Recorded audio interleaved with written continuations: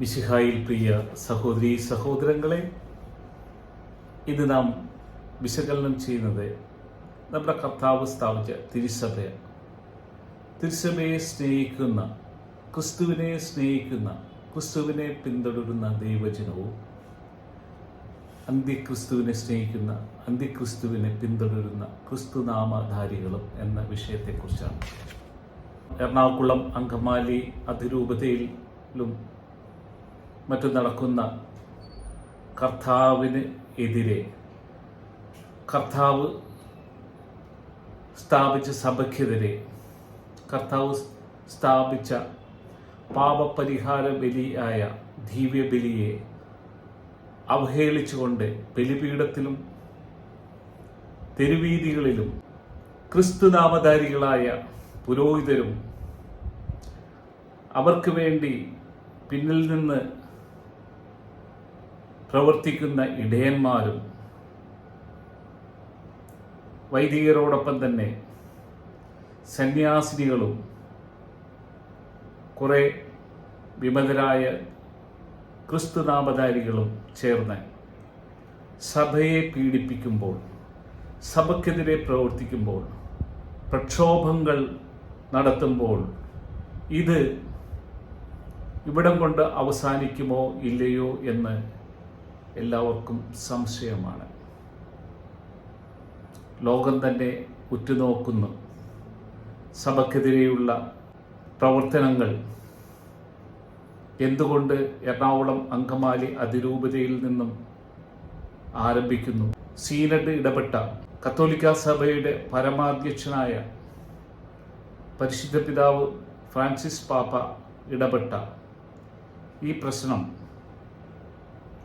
എന്തുകൊണ്ട് പരിഹാരത്തിലേക്ക് എത്തിച്ചേരുന്നില്ല എന്നുള്ള സംശയം എല്ലാവരും ചോദിക്കുവാൻ തുടങ്ങി. തീർച്ചയായിട്ടും നാം ഒരു കാര്യം മനസ്സിലാക്കണം. വിശുദ്ധ ഗ്രന്ഥം ഉൽപ്പത്തി മുതൽ വെളിപാട് വരെയുള്ള ഓരോ അധ്യായങ്ങളിലൂടെയും ദൈവത്തിൻ്റെ ജൈത്രയാത്ര തുടരുകയാണ്. ദൈവജനവും ദൈവത്തിനെതിരെ പ്രവർത്തിക്കുന്ന ജനവും നേർക്കുനേർ യുദ്ധം ചെയ്തുകൊണ്ട് തന്നെയാണ് മുന്നോട്ട് നയിക്കപ്പെടുന്നത്. എന്നാൽ എല്ലാത്തിനും ഉപരിയായി സൃഷ്ടാവായ ദൈവത്തിൻ്റെ വിജയം കാണുന്നതാണ് വെളിപാടിലൂടെ നാം കാണുന്നത്. ഇന്ന് ഈ സഭയ്ക്കെതിരെ പ്രവർത്തിക്കുന്നത് ഈ പുരോഹിതവർഗം തന്നെ കർത്താവായ യേശുവിനെതിരെ പ്രവർത്തിക്കുവാൻ കാരണമെന്ത് എന്ന് നാം ആലോചിക്കണം. ലോകത്തെ സ്നേഹിക്കുന്നവർക്ക് പിതാവായ ദൈവത്തെ സ്നേഹിക്കുവാൻ സാധ്യമല്ല. അതുപോലെ തന്നെ കർത്താവായ യേശു പറഞ്ഞിട്ടുണ്ട്, യേശുവിനെ അനുഗമിക്കുന്നവർ തങ്ങളുടെ തന്നെ കുരിശും എടുത്ത് സഞ്ചരിക്കേണ്ടി വരും. കാരണം സഭ എന്നും വളരെയധികം പ്രയാസങ്ങളിലൂടെയാണ് സഞ്ചരിച്ചിട്ടുള്ളത്. കാരണം ലോകം എപ്പോഴും ദൈവത്തെ ദ്വേഷിക്കും, ദൈവജനത്തെ ദ്വേഷിക്കും. എന്തുകൊണ്ട് ഈ പ്രശ്നങ്ങൾ അവസാനിക്കുന്നില്ല? മാനുഷികമായ ഒരു പ്രശ്നമാണ് ഇതെങ്കിൽ തീർച്ചയായിട്ടും ഇത് ഓരോ അവസരങ്ങളിലും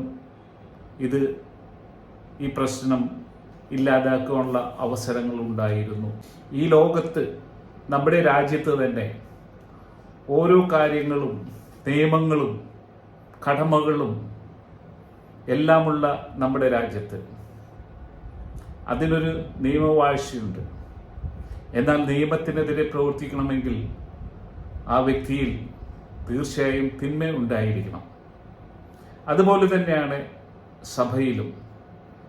സഭയെ അനുസരിക്കാൻ പറ്റാതെ, അതും ദൈവീക കാര്യമായ ദിവ്യബലി, ദിവ്യകൂദാശകൾ ശുശ്രൂഷ ചെയ്യേണ്ടവരായ വൈദികരും സന്യസ്തരും ഇടയന്മാരുമെല്ലാം ദൈവത്തിനെതിരെ പ്രവർത്തിക്കുന്നുവെങ്കിൽ അവരുടെ ഹൃദയത്തിൽ വസിക്കുന്നത് ദൈവത്തിൻ്റെ ആത്മാവല്ല, അതിനു പകരം ദുഷ്ടാത്മാവാണ്. ദുഷ്ടാത്മാവ് ഒരു ഹൃദയത്തിൽ വസിക്കുന്നുവെങ്കിൽ ആ ദുഷ്ടാത്മാവിൻ്റെ പ്രവർത്തനം മാത്രമേ അവന് ചെയ്യുവാൻ സാധ്യമാവൂ. മനസ്സിലാക്കുക, ഇന്ന് കർത്താവിനെതിരെ, സഭയ്ക്കെതിരെ പ്രവർത്തിക്കുന്ന എല്ലാ വിമത ശക്തികളും ദുഷ്ടാത്മാവിനാൽ നയിക്കപ്പെടുന്ന ക്രിസ്തു നാമധാരികളാണെന്നുള്ള സത്യം തിരിച്ചറിയുവാൻ ജ്ഞാനമുള്ളവർക്ക് മാത്രമേ സാധ്യമാവൂ. കാരണം ഓരോ ക്രിസ്ത്യാനിയും ഈ ഭൂമിയിൽ ജനിക്കുമ്പോൾ അവൻ ജ്ഞാനസ്ഥാനത്തിലൂടെ പരിശുദ്ധാത്മാവിൻ്റെ നിറവിലേക്ക് കടക്കുകയാണ്. അവൻ ക്രിസ്തുവിന് വേണ്ടി മരിക്കുന്ന ഒരു വ്യക്തിയായിട്ട് വരികയാണ്. അവൻ്റെ ലക്ഷ്യം സ്വർഗീയ രാജ്യമാണ്. എന്നാൽ ഈ ലോകത്തിലെ പലതും മാത്രം ലക്ഷ്യം വെച്ചിട്ടുള്ള പുരോഹിതരെയും ഇടയന്മാരെയും സന്യസ്തരെയെല്ലാം കാണുമ്പോൾ ഇവർ എന്തിന് ഈ വസ്ത്രങ്ങൾ അണിഞ്ഞു?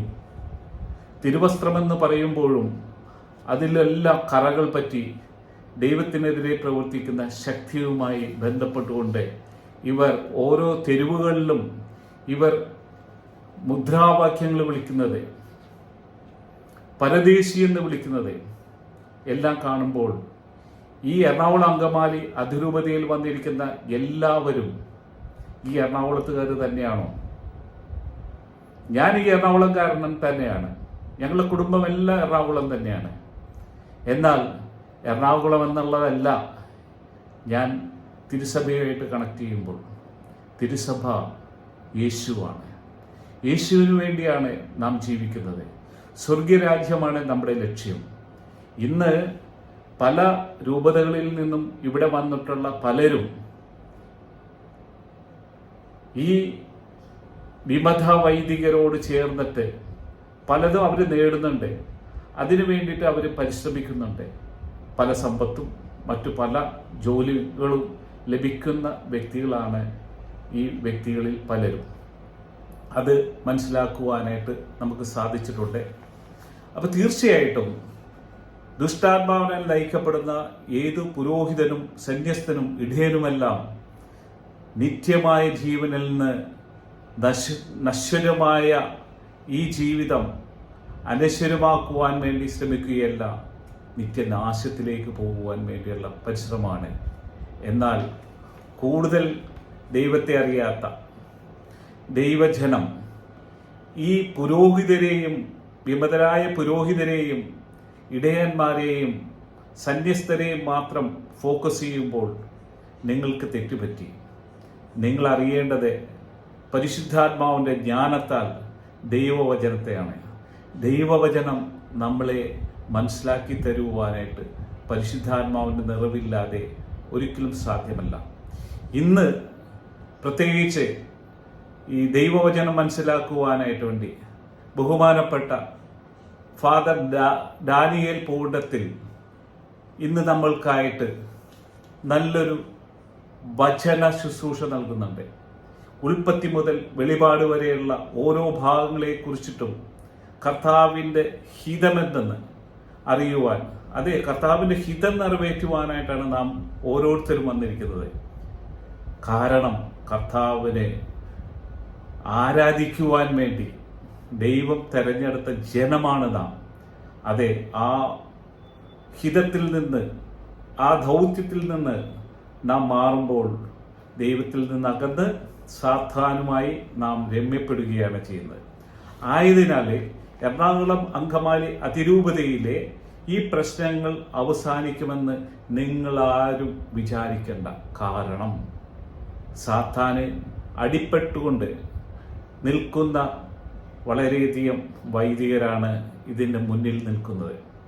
ഇവിടുത്തെ ജനത്തിനു വേണ്ടിയല്ല, ദൈവജനത്തിനു വേണ്ടിയല്ല ഇവർ പ്രവർത്തിക്കുന്നത്. ഇവർ ചെയ്തു കൂട്ടിയ പല തിന്മകളെയും മറക്കുവാൻ വേണ്ടി ഇവർക്ക് അധികാരം വേണം. ഇവരുടെ പല കാര്യങ്ങളും നടത്തുവാൻ വേണ്ടി ഇവർക്ക് സമ്പത്ത് വേണം. ഇവരുടെ പല കാര്യങ്ങളും നടക്കുവാൻ വേണ്ടി ഒരു കൂട്ടം ജനത വേണം. അവരെ വെച്ചിട്ട് ബാർഗെയിൻ ചെയ്യുവാൻ വേണ്ടി മാത്രമാണ് ഈ ദൈവജനത്തെ ദുഷ്പ്രേരണ നൽകി അവരുടെ കൂടെ കൊണ്ടുപോകുന്നത് എന്നുള്ള കാര്യം മനസ്സിലാക്കുവാനായിട്ട് പ്രത്യേകിച്ച് ക്രിസ്തു നാമധാരികളായ പലർക്കും സാധിക്കുകയില്ല. പലരും പറയുന്നുണ്ട്, കുർബാന മുന്നിലോട്ട് തിരിഞ്ഞാലെന്ത്, പിന്നിലേക്ക് തിരിഞ്ഞാലെന്ത് എന്നുള്ള. അതല്ല, സഭ എന്ത് തീരുമാനിക്കുന്നു, ലിറ്റർജിക്കൽ തീരുമാനമെടുക്കേണ്ടത് സീനട്ടും അവസാനമായിട്ട് നമ്മുടെ മാർപ്പാപ്പയുമാണ്.